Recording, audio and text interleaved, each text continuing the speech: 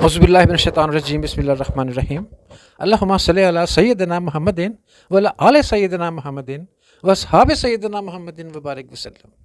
السلام علیکم ورحمۃ اللہ۔ مائک اتنے لے گیا اتوں آواز آنی ہے، اتوں تو نہیں آنی۔ اینی وے، اللہ اکبر۔ سوچن دیاں گلاں نکیاں نکیاں۔ اب ایک سوچنے کی بات یہ بھی ہے کہ ایک بندہ فجر کی نماز کے لیے گھر سے نکلا، ٹھیک ہے، وہ گھر پہ سنت ادا کر کے نہیں نکلا، اس نے کیا کرنا ہے کہ مسجد میں جا کے وہ سنت ادا کرے گا۔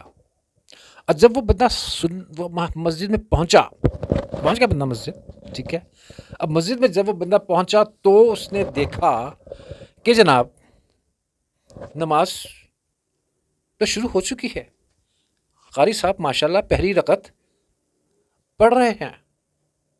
اس سے کہو میں سنت پہلے پڑھنی ہے، سنت پڑھنی ہے، سنت بہت ضروری ہے، لازمی ہے سنت پڑھنا، اور وہ کھڑا ہو گیا سنت پڑھن۔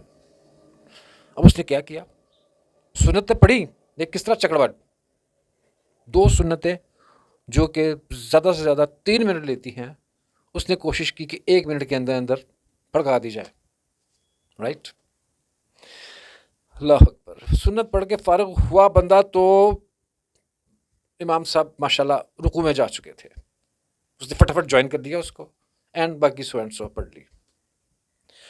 اللہ اکبر۔ ابھی سوچنے کی بات ہے، آپ ویسے کسی سے پوچھ بھی لیجیے گا، کسی علماء سے، مفتی صاحبان سے، کہ کیا فرض نماز جب ہو رہی ہے اور امام صاحب نماز ادا کر رہے ہیں تو کیا اس بندے کے لیے سنت پڑھنا ضروری ہے اس وقت؟ This you will have to think, right? اور کیا وہ نماز کے بعد، فرض نماز کے بعد سنت ادا نہیں کر سکتا؟ مختلف ہمارے علماء کرام فقہ اور پتہ نہیں کیا کیا کچھ سب کچھ چل رہا ہے سلسلہ، تو کوئی نہ کوئی ہوں گی اس میں وضاحتیں یا کچھ نہ کچھ، لیکن پھر بھی سوچنے کی بات ہے۔ آپ خود بھی تو سوچ سکتے ہیں نا، آپ کا خود سوچنا بنتا ہے کہ آپ نے جب امام صاحب نماز پڑھ رہے ہیں اور اللہ تعالیٰ کا کلام وہ پڑھ رہے ہیں تو آپ اس کلام کو سننے کی بجائے آپ نے سنتیں ادا کرنے شروع کر دیں، اور سنتوں میں بھی آپ نے بس وہی رسم پوری کی کہ سنت پڑھ رہے ہیں، میں نماز پڑھ رہے ہیں۔ کیا وہ سنت جو پڑھ رہے ہیں آپ، وہ اس میں خشوع اور خضوع ہے؟ نہیں ہے نا، اس میں جلدی مچوی کالی، فٹافٹ میں جا کے جوائن کرا نماز باقی۔ This also you will have to think, آپ پہ چھوڑا، آپ سوچئے کہ کیا یہ ایسا کرنا چاہیے یا نہیں، ٹھیک ہے؟ السلام علیکم ورحمۃ اللہ۔